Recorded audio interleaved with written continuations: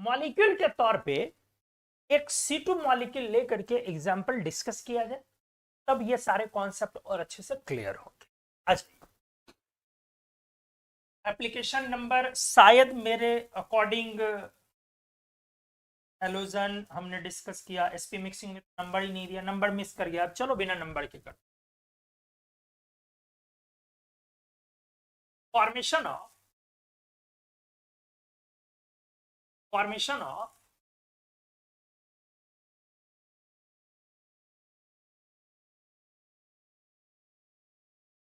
C2 in M C2 molecule का formation अच्छे से। सबसे पहले कितने इलेक्ट्रॉन से C2 में? Sir 12 electron. अब आ जाओ, मॉलिक्यूलर ऑर्बिटल कॉन्फ़िगरेशन लिखा जाए इनका, बोलोगे सर अब आसानी से लिख सकता हूं क्योंकि sp मिक्सिंग है सर इसमें। सर ये गौर करना होगा कि ऑर्डर में पाई की एनर्जी कम रहेगी सिग्मा से, sp मिक्सिंग की वजह से।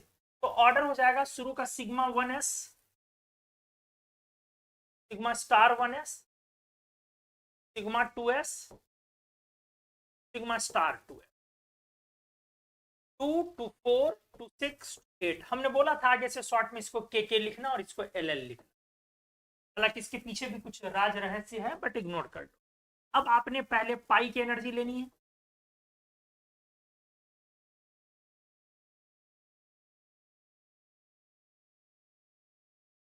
अच्छे से देखो।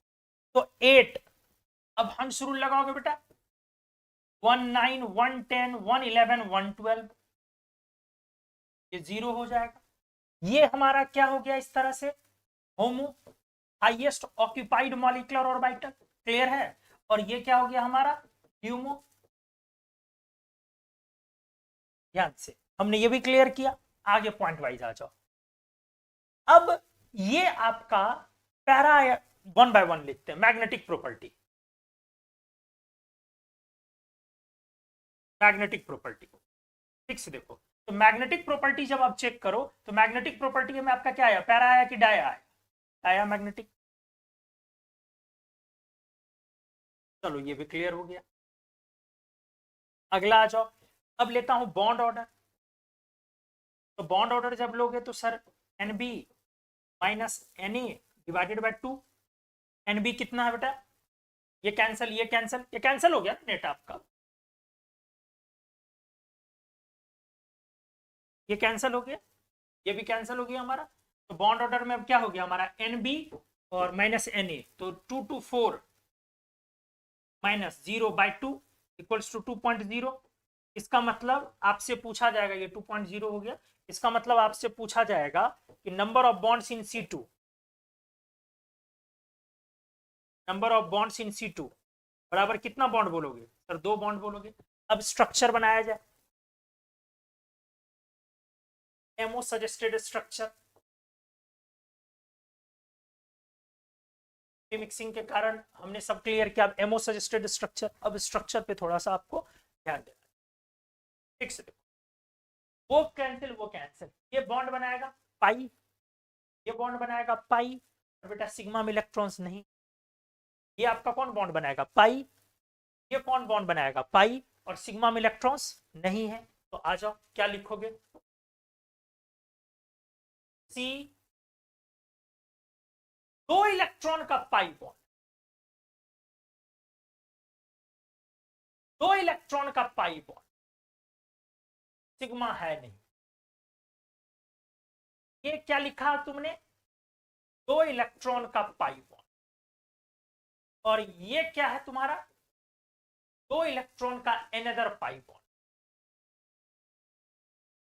तो कुल मिला के ये क्या हो गया दोस्त मेरे, क्या हो गया, C डबल बॉन्ड C, और ये भी पाई और ये भी पाई। Therefore C2 is a molecule having, याद करो हमने ड्रॉबैक जब करवाया, लिमिटेशंस जब करवाया था, वीबीटी का, तो हमने लिखा था कि वीबीटी इस बात पर एग्री नहीं करता है कि पाई का इंडिपेंडेंट एग्जिस्टेंस होता है, बिना सिग्मा बने पाई बन सकता है, लेकिन एमओटी ऐसा कर सकता है क्योंकि एमओटी दिखाता है कि पाई की एनर्जी लो हो सकती है एसपी मिक्सिंग की वजह से, कम है पाई की एनर्जी रिलेटिवली, क्योंकि सिग्मा की एनर्जी बढ़ गई तो पाई ऑटोमेटिकली कम पे आ गया है। तो एमओटी कहता है कि पाई बॉन्ड का फॉर्मेशन इंडिपेंडेंट है सिग्मा से, लेकिन वीबीटी कहता है नहीं, पहले लो एनर्जी वाले बॉन्ड पॉसिबिलिटी ओवरलैप होंगे, तो पहले पीजेड मतलब सिग्मा पीपी का होगा, फिर पाई बनने के चांसेस हो। तो वो पाई का इंडिपेंडेंस एग्जिस्टेंस रेस्ट्रिक्ट करता है और ये खुला छूट देता है कि नहीं, पाई इंडिपेंडेंट एग्जिस्टेंस हो सकता है। तो C2 is a molecule having no, तो इसमें दो बॉन्ड है और दोनों के दोनों पाई बॉन्ड है। ये AIPMT वालों ने पूछा है 2015, 16, 17, 18 4 ईयर में देखो तो 2 बार इसने पूछा है इनमें से किस मॉलिक्यूल में, और एक बार तो इसने प्रोबेबली 16 या 17 में तो ऐसा किया था कि वो पूछा था कि इनमें किस में से सिग्मा बॉन्ड नहीं है, और B2 और C2 संयोग से वो गलती थी पेपर की कि उसने दोनों ऑप्शन डाल रखा था। लेकिन इस तरह के क्वेश्चन कि इनमें से कौन से मॉलिक्यूल में सिग्मा बॉन्ड नहीं है, सिर्फ पाई बॉन्ड है, धड़ल्ले आते हैं। तो आपको ये समझ में आ गया कि C2 किस तरह से हो। नेक्स्ट एक पॉइंट, IIT वाले ने क्या पूछा, IIT वाले ने पूछा है, नहीं सॉरी जेईई मेन वाले ने, if sp mixing is assume to be absent then, तब इनमें से कौन करेक्ट है, और एक ऑप्शन C2, दो ऑप्शन C2 के बारे में था। If sp mixing is assume to be absent, तो यदि इसी में, आराम से देख बेटा क्वेश्चन क्या है जेईई मेन का, sp mixing is assume to be absent, तो वो अगर एब्सेंट है तो उसके कारण सिग्मा की एनर्जी बढ़ गई है के कारण, तो एब्सेंट है अगर तो सिग्मा की एनर्जी लो रहेगी। तब इसी में 12 इलेक्ट्रॉन्स का डिस्ट्रीब्यूशन कैसा होगा, जरा ध्यान दे, 4 4 8 2 10 11 12, तो ऑप्शन है यदि एसपी मिक्सिंग एब्सेंट हो तो एक ऑप्शन है कि C2 का बॉन्ड ऑर्डर चेंज करेगा, एक ऑप्शन है C2 का मैग्नेटिक प्रॉपर्टी चेंज करेगा। तो जरा गौर कर, यदि एसपी मिक्सिंग एब्सेंट हो गई तो सिग्मा में पहले इलेक्ट्रॉन भराएगा दोस्त, तो पहले भरोगे तो 8 2 10 11 12, तो मैग्नेटिक प्रॉपर्टी में दो अनपेयर्ड आ गए, वो पैरा हो गया, magnetic property gets changed, but bond order is still the same.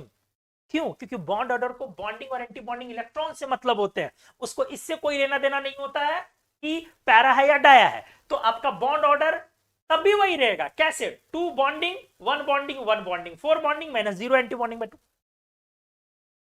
Clear आया समझ में? ऐसा नहीं है कि बॉन्डिंग के टोटल इलेक्ट्रॉन्स 4 है, बॉन्डिंग के टोटल इलेक्ट्रॉन्स 4 4 8 है, लेकिन हमने कैंसिल कर दिया तो चलो ये, क्योंकि उसको तो पार्टिसिपेट फाइनली कैंसिल होना है। तो आपको ये समझ में आया होगा कि वो जेईई मेन वाला क्वेश्चन बड़ा शानदार था, और वो प्रेजेंट किया दूसरे फॉर्म में कि if sp mixing is assume to be absent, मान लो कि एसपी मिक्सिंग नहीं है तो क्या होगा।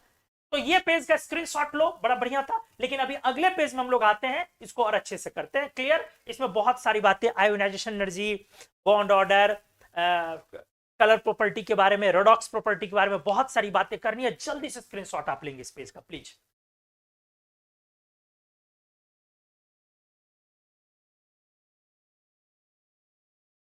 पेज नंबर 7 में हम क्या करने वाले हैं, C2 के बारे में और बातचीत करते हैं। बहुत सारी बातचीत की जा सकती है, क्वेश्चन को क्रिएट करना। आ जाओ, अगर मैं बोलूं आपने उसका लिख लिया है, आपको क्या आया बेटा, वो AKLL और पाई 2p x और पाई 2p y, आपका सिग्मा 2p z, जो ये आपका वैकेंट है।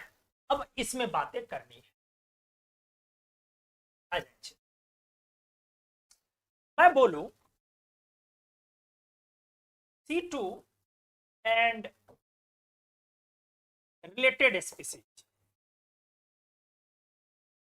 C2 और कुछ रिलेटेड स्पीसीज लिया, मतलब क्या हुआ सर, मतलब ये हुआ दोस्त कि आप ले लो C2 प्लस C2 पर डबल प्लस पर माइनस और C2 पर 2, ठीक है, और बहुत सारे प्रॉपर्टी को डिस्कस करो, जैसे बॉन्ड ऑर्डर, जैसे पैराडाया, ध्यान से, जैसे स्ट्रक्चर, जैसे रेडॉक्स भी, रेडॉक्स भी पूरा लिख ही देते, लिखा रेडॉक्स भी। क्या है पॉइंट, अब इसको मैं करने वाला हूं, बस आपकी नजरें यही जमी होनी चाहिए, अलाउड नहीं है यहां से नजरें हटा, ध्यान दो अच्छे से। हिसाब किताब है कि जब तुमने C2 का लिखा हुआ तो C2 का बॉन्ड ऑर्डर क्या निकाला, दो, पैरा या dia, dia, structure C double bond C, दोनों पाई बॉन्ड, और रेडॉक्स बिहेवियर। रेडॉक्स बिहेवियर का मतलब है कि ये जो हमारा X2 मॉलिक्यूल है इसको इलेक्ट्रॉन गेन टेंडेंसी है या इलेक्ट्रॉन लॉस टेंडेंसी। ध्यान से अच्छे से देखो रेडॉक्स बिहेवियर, ये मॉलिक्यूल क्या करना चाहेगा, electron gain tendency, gain of electron means reduction, reduction feasibility, या हमारा जो वो मॉलिक्यूल है वो इलेक्ट्रॉन लूज करना चाहता है, ऑक्सीडेशन फिजिबिलिटी, दोनों में से किस फिजिबिलिटी में जाना चाहता है, कैसे अप्रोच करे। हमारा जो ये मॉलिक्यूल है वो इलेक्ट्रॉन लूज करना चाहता है या गेन, कैसे अप्रोच करे, लूज या गेन करेगा ये सोच के कि क्या करने से मेरा बॉन्ड ऑर्डर बढ़ जाए, क्लियर है, लूज या गेन, क्या करने से मेरा बॉन्ड ऑर्डर बढ़ जाए, क्लियर हुआ होगा, क्या करने से मेरा बॉन्ड ऑर्डर बढ़ जाए। तो बेटा अच्छे से देख, अगर जैसे C2 की बात करो, C2 अगर लूज करे तो लूज करने से बॉन्डिंग से निकलेगा इलेक्ट्रॉन, आराम से सुन, बॉन्डिंग से इलेक्ट्रॉन निकलने वाला है, अगर बॉन्डिंग से निकला तो बॉन्ड ऑर्डर घटेगा, जरा देख बॉन्ड ऑर्डर बराबर क्या होता है, NB माइनस Na/2। तो काम वही करेगा अपना मॉलिक्यूल जिसको करने से उसका बॉन्ड ऑर्डर क्या हो जाए, बढ़े। बॉन्ड ऑर्डर घटने वाला काम पसंद नहीं है उसको, मॉलिक्यूल चाहता है हमेशा बॉन्ड ऑर्डर बढ़ाए ताकि बॉन्ड स्ट्रांग हो, स्टेबलाइज हो मॉलिक्यूल। तो बॉन्ड ऑर्डर बढ़ाना है, बढ़ेगा कब, जब आपका बॉन्डिंग बढ़े या एंटीबॉडी घटे। मतलब मॉलिक्यूल सिर्फ क्या करना चाहेगा, किस चीज में जाना चाहेगा, अपने से खुद से उसको जो टेंडेंसी होगी किस चीज की होगी, या तो बॉन्डिंग इलेक्ट्रॉन बढ़ाए या एंटी बॉन्डिंग घटाए। तो मैंने बोला कि C2 क्या करना चाहेगा, जरा गौर कर, C2 क्या लास्ट इलेक्ट्रॉन बॉन्डिंग में है, अगर इसने लूज किया तो बॉन्डिंग से लूज होगा, बॉन्डिंग से लूज नहीं होना, बॉन्डिंग में बढ़ाना है, बॉन्डिंग इलेक्ट्रॉन्स बढ़ाना है, एंटी बॉन्डिंग इलेक्ट्रॉन्स घटाना है, लास्ट में जो है वही ना लॉस या गेन होगा, इसलिए ये लूज नहीं करेगा बेटा, गेन करेगा, क्योंकि गेन करने से इसकी बॉन्डिंग में एक इलेक्ट्रॉन होगा, तो रेडॉक्स बिहेवियर क्या होगा, gain, gain tendency. Gain tendency को क्या लिखोगे, गेन टेंडेंसी को लिखोगे अंडरगोज, अंडरगोज रिडक्शन, क्लियर हुआ, अंडरगोज रिडक्शन। C2 किस प्रोसेस में जाना चाहेगा, अंडरगोज रिडक्शन, क्यों, गेन करने से इसका बॉन्ड ऑर्डर बढ़ेगा। अगर मैं बोलूं अच्छे से, आ नेक्स्ट में समझ जाएगा, C2 प्लस करूं मैं, C2 प्लस, एक लूज हो जाएगा इन दोनों में से कहीं से भी, होगा ना, तो बॉन्डिंग इलेक्ट्रॉन बेटा एक कम हो जाएगा, बॉन्डिंग एक कम होगा तो बॉन्ड ऑर्डर घटेगा, 1.5 हो जाएगा, क्लियर है। अरे 2 to 4 की जगह 3 हो जाएगा, तो 3 - 0/2 1.5, और एक अब अनपेयर्ड पैरा हो गया, एक अनपेयर्ड के साथ। अब स्ट्रक्चर पे बात करेगा अगर तू ठीक से देख,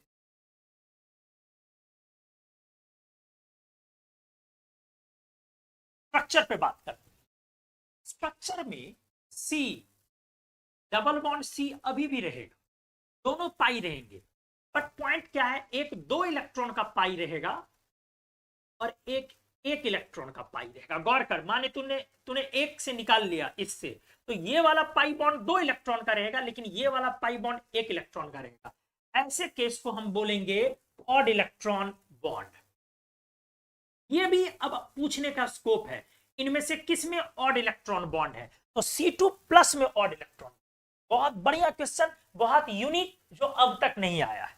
फिर आजा, फिर मैं बात करता हूं। अब अगर मैं बोलूं कि C2 प्लस क्या चाहेगा, इसने तो बॉन्डिंग से लूज किया हुआ है, तो C2 तो चाहेगा C2 प्लस की और बॉन्डिंग में ऐड हो, तो ये भी अंडरगोज ऑक्सीडेशन ही हो, सॉरी रिडक्शन, क्योंकि रिडक्शन में हम लोग इलेक्ट्रॉन गेन कर रहे हैं, तो C2+ भी चाहेगा कि मैं रिडक्शन में जाऊं, इलेक्ट्रॉन गेन करूं।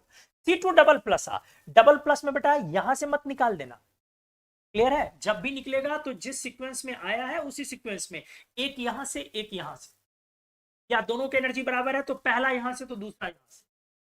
बट डबल प्लस में दोनों सेम से नहीं निकालना, कभी ऐसा काम दोस्त नहीं करते हैं। तो आपका अब दो बॉन्डिंग से निकल गया तो 1.0, और अब ये पैरा हो गया फिर से, और कितना अनपेयर्ड, 2 इलेक्ट्रॉन, 2 अनपेयर्ड के साथ। अब आ जा, फिर 2 पाई बॉन्ड बनेंगे अलग अलग, लेकिन दोनों में एक एक इलेक्ट्रॉन। लेकिन अगर आपसे पूछेगा नंबर ऑफ बॉन्ड्स कितना, तो बोलोगे नंबर ऑफ बॉन्ड्स 1, क्योंकि नंबर ऑफ बॉन्ड्स किसको डिफाइन करते हैं हम लोग, बॉन्ड ऑर्डर को। तो बॉन्ड ऑर्डर 1 है, लेकिन बॉन्ड में टाइप, ध्यान से देखो, दो दो बॉन्ड है एक्चुअली, लेकिन दोनों एक एक इलेक्ट्रॉन का है। बट बॉन्ड ऑर्डर का प्रॉब्लम क्या है, order is a mathematical term which get defined as दो इलेक्ट्रॉन वाले बॉन्ड्स किसे, तो एक एक इलेक्ट्रॉन का दो बॉन्ड है, तो दो इलेक्ट्रॉन वाला एक बॉन्ड है, तो bond order is a theoretical और मैथमेटिकल टर्म, क्लियर है? तो हमने दोनों बॉन्ड दिखाया एक एक इलेक्ट्रॉन। अब C2 डबल प्लस क्या करेगा, हमने बॉन्डिंग से निकाल लिया, तो ये चाहेगा कि मैं बॉन्डिंग में ऐड करूं, इसका भी अंडरगोज रिडक्शन। अब आजा C2 माइनस की बात मैं करूं, C2 माइनस में बॉन्डिंग में बेटा एक ऐड होगा, होगा ना ऐड, देख ले बॉन्डिंग में ऐड होगा, तो बॉन्डिंग में ऐड होगा तो अब बॉन्ड ऑर्डर C2 माइनस तो बढ़ेगा 2.5, क्लियर है? अब एक अनपेयर्ड आएगा वहां पैरा, अब बॉन्डिंग बना ठीक से, C 2 इलेक्ट्रॉन का पाई, फिर 2 इलेक्ट्रॉन का पाई आराम से, और एक इलेक्ट्रॉन का सिग्मा, C2 माइनस बना रहे हैं अपन, एक इलेक्ट्रॉन का सिग्मा, क्लियर है? सिग्मा पाई पाई, क्लियर है? लेकिन बॉन्ड की संख्या 2.5 बोली जाएगी। और अब ये क्या करना चाहेगा, जैसे C2 माइनस करोगे तो यहाँ पर 2pz1 होगा, एक आएगा, अभी एक इलेक्ट्रॉन और है उसके पास, वो चाहेगा मैं एक और लूं, क्योंकि बॉन्डिंग में चाह रहा वो मैं बढ़ाऊं, तो इसीलिए ये भी अंडरगोज रिडक्शन। बोलोगे क्या सर सब रिडक्शन ही जाता, ऑक्सीडेशन नहीं जाता क्या? जाएगा बेटा, जिस मॉलिक्यूल के लास्ट में एंटी बॉन्डिंग है वो गेन नहीं करेगा, वो तो लूज करेगा, एंटी बॉन्डिंग घटाना है ना। तो जैसे O2 मॉलिक्यूल, वो सब के केस में वो आएगा, मैं वो भी डिस्कस करूंगा। अब C2 डबल माइनस, जैसे डबल माइनस आएगा बेटा दोनों वहां फुल हो गया, तो जैसे डबल माइनस आया तो अब बॉन्ड ऑर्डर 6 माइनस 0/2 3.0, अच्छे से देख पैराडाया में क्या आ जाएगा वो, तो इस बार डाया आ जाएगा, और स्ट्रक्चर क्या होएगा, C 2 इलेक्ट्रॉन का सिग्मा, 2 इलेक्ट्रॉन का पाई, और फिर 2 इलेक्ट्रॉन, क्लियर हो गया? और ये ध्यान से देख वहां पर, अब यहां पे तुमको अच्छे से समझना होगा, वाला बड़ा बढ़िया है ठीक से। इसके बाद अगला ऑर्बिटल कौन सा है, पाई स्टार 2px और पाई स्टार 2py है। हाँ सर ये तो समझ रहा हूं, जरा सोच C2 2 माइनस में यहां तक भरा हुआ है, क्या वो और गेन करना चाहेगा? नहीं, क्यों?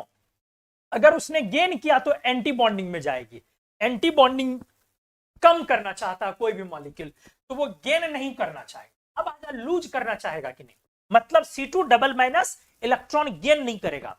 अब नेक्स्ट क्वेश्चन है क्या वो लूज करना चाहेगा कि नहीं। अगर उसने लूज किया तो उसके बॉन्डिंग से लॉस होगा, और बॉन्डिंग से हमने क्लियर बोला कि बॉन्डिंग से लॉस नहीं होना चाहिए, बॉन्डिंग में बढ़ाना है। मॉलिक्यूल को टेंडेंसी दो ही होगी, या तो वो बॉन्डिंग में बढ़ाएगा या एंटी बॉन्डिंग में घटाएगा। अपने लास्ट में बॉन्डिंग में वहां है, और अब अगर वो गेन किया तो बॉन्डिंग गेन नहीं होगा, एंटी बॉन्डिंग गेन होगा, इसलिए गेन नहीं करेगा वो। अगर उसने लूज किया तो आपका बॉन्डिंग लॉस होगा, इसलिए वो लॉस भी नहीं करेगा। तो इसके बारे में क्या लिखोगे, नीदर ऑक्सीडेशन, ना तो इसको ऑक्सीडेशन की टेंडेंसी है, नॉर रिडक्शन, ना इसको रिडक्शन की टेंडेंसी, ये दोनों में से कुछ नहीं करेगा। उम्मीद है आपको ये रेडॉक्स प्रॉपर्टी हमने C2 और उससे संबंधित स्पीसीज का समझाया, ये बहुत अच्छे से क्लियर हुआ होगा। उम्मीद करता हूं अच्छे तरीके से आपने इसको सीखा होगा। तो आपके जवाब का मुंतजिर हो, हाँ या ना बताएं, मजा आया या नहीं इन सब चीजों में। स्ट्रक्चर पर्टिकुलरली बड़ा यूनिक है और रेडॉक्स बिहेवियर बड़ा यूनिक। एक बार आप जवाब दें, मैं अगले पेज में आता हूं प्लीज।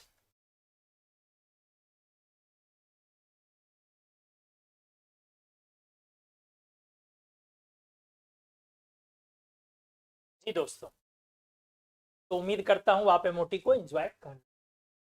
इस पेज में हम लोग अब क्या करने वाले हैं, जैसे हमने एक चीज किया कि रोडॉक्स प्रॉपर्टी डील करी, आयोनाइजेशन डील, फिर देखो जबरदस्त कॉन्सेप्ट खुल करने वाला, बहुत अच्छी चीज।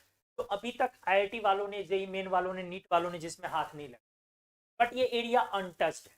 ठीक है, गुड। आ जाइए,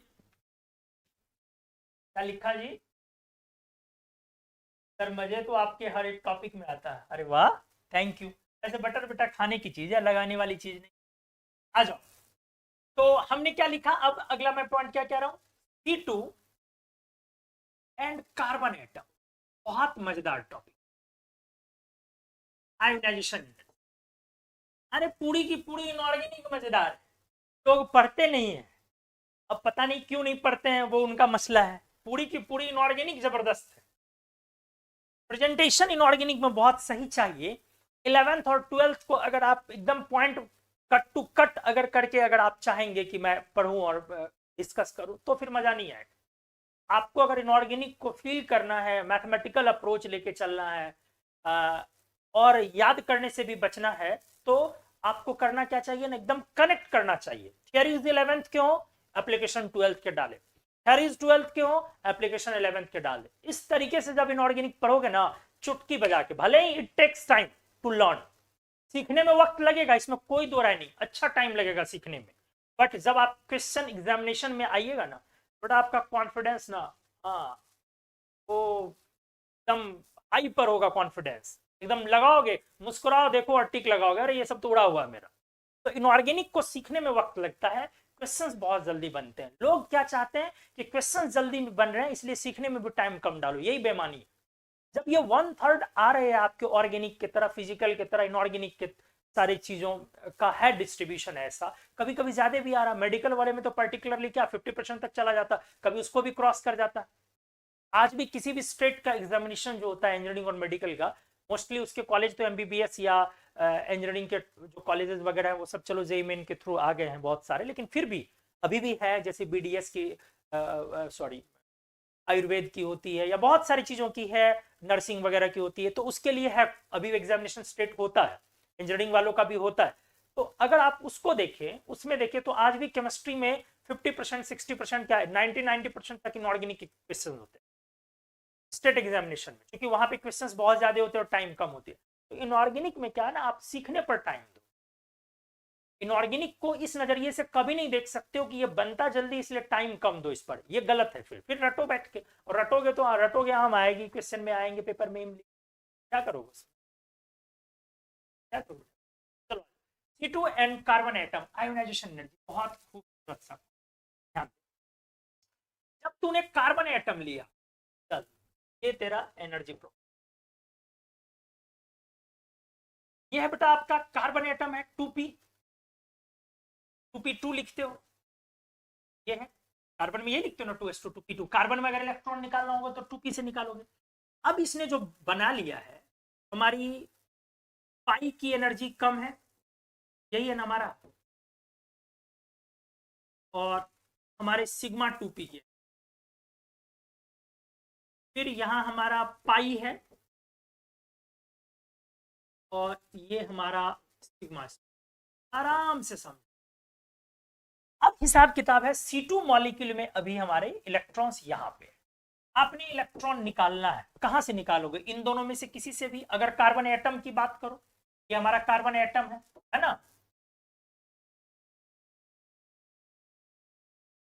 ठीक है। और अगर मैं बात करूं C2 मॉलिक्यूल की, तो C2 मॉलिक्यूल में क्या करोगे, कहां से निकालोगे, इन दोनों में से कहीं से भी, आराम से। अब गौर फरमाइए, अब जरा आप देखें, कार्बन के 2p से निकलेगा, और C2 के पाई 2p से निकलेगा।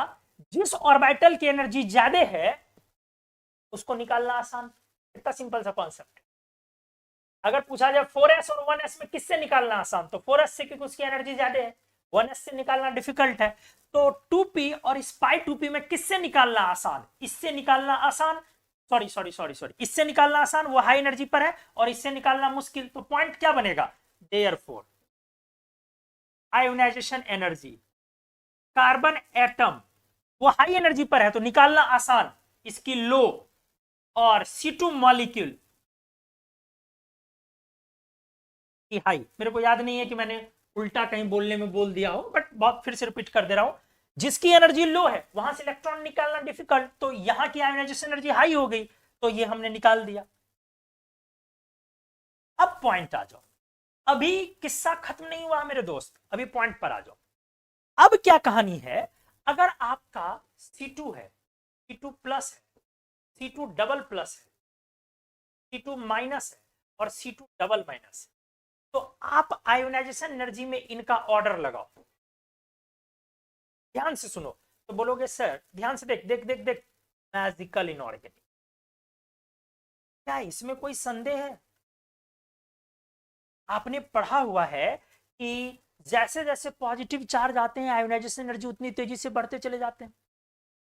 क्लियर है? क्योंकि Z इफेक्टिव बढ़ता है, और जैसे जैसे नेगेटिव चार्ज आते हैं तो आयोनाइजेशन एनर्जी कम होता है, लॉस ऑफ इलेक्ट्रॉन। तो देख रहे हो धीरे धीरे इलेक्ट्रॉन हमने निकाला ना बेटा, सक्सेसिव लॉस ऑफ इलेक्ट्रॉन है, सक्सेसिव रिमूवल।